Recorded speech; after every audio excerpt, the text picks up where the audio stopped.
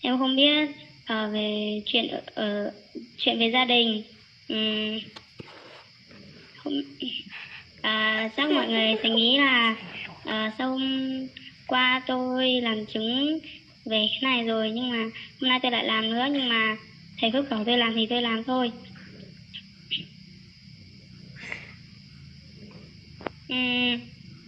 Qua thời gian tôi sinh hoạt ở đây thì tôi không biết về chuyện gia đình ở nhà. Thì có một lần thì tôi rất là nhớ bố mẹ. Tôi đi mượn điện thoại của thầy Mai, gọi về cho mẹ thì mẹ tôi trả lời. Lúc đầu thì tôi nói chuyện với mẹ tôi rất là vui, nhưng mà một tí thì hỏi mẹ là bố đâu rồi, để con nói chuyện với bố. Thì lúc đấy mẹ không trả lời. Mẹ chìm sâu trong im lặng. Thì em hỏi thêm một lần nữa là bố đâu rồi, đưa con nói chuyện với bố. Thì lúc đấy em nghe tiếng khóc của mẹ. Thì mẹ sẽ là bố với mẹ bỏ nhau rồi, họ không ở với nhau nữa.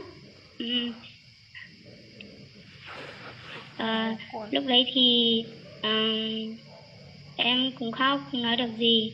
Thì mẹ bảo là đừng khóc nữa, ở đây thì hãy nhớ cầu nguyện cho bố tôi để xem bố tôi có về ở với mẹ tôi nữa không.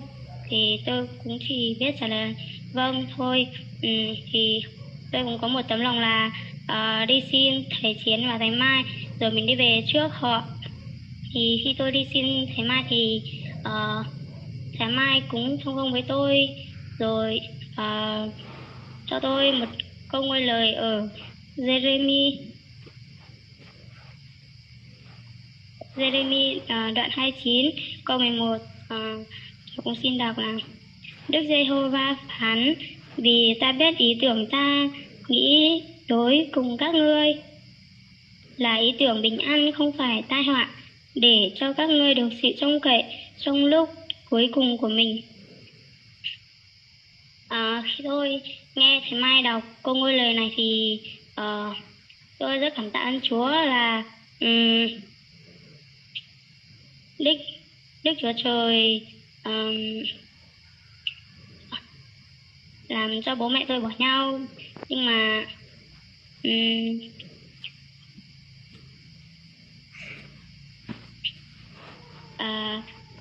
vì tôi thông công với thầy Mai xong thì thầy Mai cũng bảo là khi nào thầy Chiến gọi thì nhớ đi thông công với thầy Chiến. Thì tôi cũng chỉ biết trả lời vâng thôi. Và tôi ở được 2-3 ngày thì thầy Chiến gọi tôi đi thông công. Tôi cũng xin thầy Chiến là tôi có được đi về không. Thầy Chiến bảo là khi đến đây thì có phải muốn đến là đến không.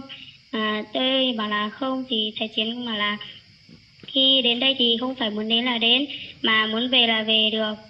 Thì lúc đấy thì tôi cũng rất bực mình là tại sao bố mẹ mình bỏ nhau rồi mình vẫn không được đi về. Thì Chiến cũng cho tôi một câu ngôi lời ở Matthew đoạn 6 câu 34. Vậy chớ lo lắng chi về ngày mai, vì ngày mai sẽ lo về việc ngày mai, sự khó nhọc ngày nào đủ cho ngày ấy. Khi tôi nghe được thầy Chiến đọc câu ngôi lời này thì tôi rất cảm tạ ơn Chúa, vì thầy cho dù Chúa cho bố mẹ tôi bỏ nhau, nhưng mà Chúa làm như vậy, nhưng mà Chúa đã chuẩn bị ngày mai cho ngày mai hết rồi. Thì và thầy Chiến cũng bảo là bố mẹ tôi bỏ nhau rồi, tôi về mẹ tôi có vui không? Tôi trả lời là có.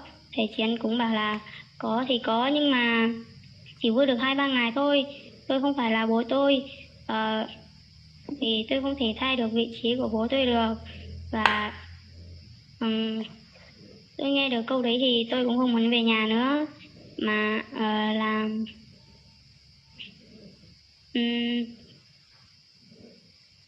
để cho dù mình có về nhưng mà mình chỉ làm được mẹ vui 2-3 ngày thôi. Khi nào mẹ nhớ đến bố thì mẹ cũng sẽ không vui nữa. Và